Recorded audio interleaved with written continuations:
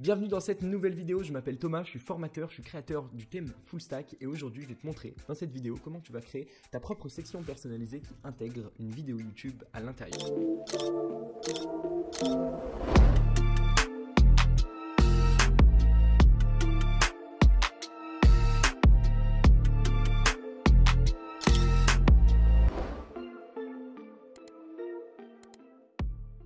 On va partir directement d'un thème début qui est vierge, évidemment ça marche sur tous les thèmes, et on va se prendre une petite section personnalisée. J'ai déjà fait une base de section qui va nous permettre de retrouver cette section à l'intérieur de notre page d'accueil dans la liste des sections. Donc nous, ce qu'il va falloir qu'on rajoute, c'est une vidéo YouTube à l'intérieur et on rendra éditable le lien, comme ça tu pourras générer ou même insérer autant de vidéos YouTube que tu veux sans forcément avoir à copier le code. Donc ce que j'ai fait là, déjà, c'est que j'ai créé une section, ajouté une nouvelle section techniquement, je l'ai appelée YouTube.liquid, le point liquide s'ajoute automatiquement et puis j'ai ajouté cette base ici. Évidemment tu retrouveras tout le code à l'intérieur, mais pas ce code-ci, le code qu'on va créer en ajoutant directement notre vidéo YouTube à l'intérieur. Donc évidemment il faut qu'on aille sur YouTube. Hop. Je vais aller sur ma chaîne directement parce que j'ai coupé le feed YouTube pour pas être distrait quand je vais sur YouTube. Donc tranquillou, on va aller sur ma chaîne, votre chaîne, ok. Je vais prendre n'importe quelle vidéo, donc celle-ci par exemple.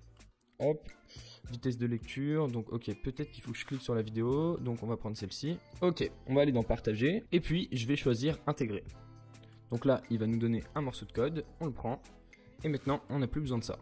On va le coller directement à l'intérieur, donc c'est un iframe, ok, et à l'intérieur il va y avoir un lien YouTube. Donc ce lien YouTube, on pourra le rendre éditable, mais ce qu'on va faire avant, c'est qu'on va déjà tester. Donc je fais enregistrer. Ici j'actualise, comme ça on va pouvoir récupérer notre petite section. Ok, donc là maintenant on va aller dans ajouter une section et on va choisir du coup YouTube juste ici.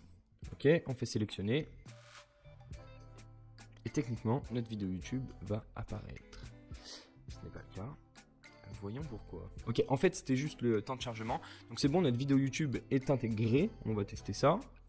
Oui, c'est le cas.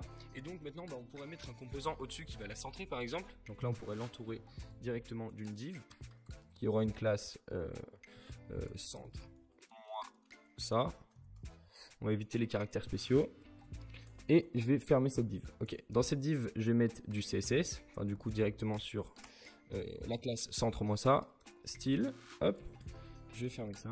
Hop. Je vais mettre une balise end style. Et je vais dire sur centre. Moi ça, un display flex, justify content, center, et ça devrait le faire. Je vais mettre un align items pour être sûr.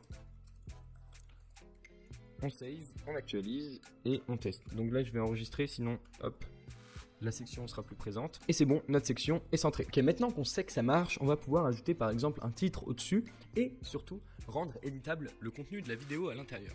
Alors maintenant, si on regarde comment on peut rendre éditable le contenu de notre vidéo, on voit que sur le lien, il y a un slash embed. Et ça, tu l'as pas directement dans tes vidéos YouTube par défaut. Donc, il va falloir juste dynamiser ce contenu ici qui est propre à la vidéo par défaut. Et pour ce faire, on va ajouter une variable en liquide qu'on va aller chercher dans les sections settings, donc ce qu'on peut retrouver ici, donc section.settings, et on peut l'appeler comme on veut, c'est un ID, on peut l'appeler link vide. Ok, donc là maintenant évidemment il va falloir lui donner une valeur parce que si on lui donne pas de valeur, notre vidéo il n'y aura rien à l'intérieur quoi. Donc cette valeur il faudra lui donner directement à l'intérieur, mais on n'a pas encore mis la possibilité de pouvoir mettre un lien de vidéo à l'intérieur. Donc là voilà, c'est une vidéo vide, il se passe rien, il y aura rien parce que c'est pas une vraie vidéo. Et donc là maintenant du coup on va créer un settings et à l'intérieur on va mettre un type texte qui aura pour ID, donc là il faut absolument qu'on appelle le même ID, qui aura pour ID du coup link vide, ok, on peut vraiment l'appeler comme on veut, link vide, on peut lui donner un label pour donner plus d'indications, donc label non vidéo, et on peut lui donner par défaut un lien par défaut, ok, donc là si on revient en arrière, je vais quand même save ça. Ok, on va revenir en arrière jusqu'à récupérer notre lien de vidéo. Ok, c'était ça. Et là maintenant je vais retourner en avant avec un commande Shift Z. Hop. Ok. Donc là, par défaut, maintenant, on va mettre le lien de notre vidéo et on va pouvoir sauvegarder. Donc là, la valeur ici sera remplacée par la valeur par défaut. Tu as remarqué que je prends juste l'extension après le V égal que tu trouves sur une vidéo YouTube. On va tester avec plusieurs pour voir. On va déjà tester si là, par défaut, on revient au même résultat. Ce qui serait cool parce que maintenant, notre vidéo est éditable et on va pouvoir modifier le nom de cette vidéo et donc la vidéo qui sera affichée au final. Ok, c'est le cas. Et on a un champ qui s'affiche juste ici. Donc là, par exemple, maintenant, si je prends celui-ci, on a oublié le W, il faut faire gaffe. Il faut aller du égal jusqu'au E. Ok. Donc, hop, on change. Ça actualise. Et c'est bon. Ça marche bien. Donc là, maintenant, on va en tester une autre. Par exemple, celle-ci. Hop. Comment créer une boutique Shopify de A à Z, formation dropshipping. Un bonjour à Alain. Ok.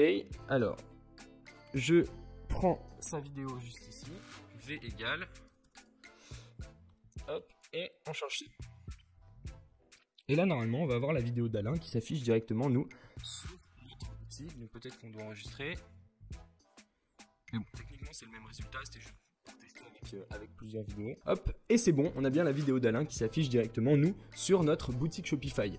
Donc voilà, tu peux retrouver ce code directement en dessous, dans la description de cette vidéo. J'espère que cette vidéo t'a plu, t'a éclairé aussi potentiellement sur le fonctionnement de Shopify derrière, sur le code. N'hésite pas à t'abonner pour être tenu informé des nouvelles sorties de vidéos. Lâche-moi un petit like pour m'informer, moi, que c'était une bonne vidéo et que le contenu est cohérent. Et on se retrouve dans une prochaine vidéo. À très bientôt.